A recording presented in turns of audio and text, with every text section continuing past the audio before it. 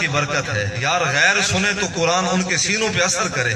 सीने आज अपनों के इतने तो दिल जो है वो इतने तो जंग आलूदा हो गए, मेरे सीने और बाकियों के सीने इतने जंग आलूदा तो हो गए। कुरान पढ़ने वाले कुरान पढ़ते हैं, मजाल है जे सानू तदब्बर पेश हो वने, मजाल है जे सानू फिक्र आ वने, मजाल है जैसा कि नहीं गौर व फिक्र कीता होवे।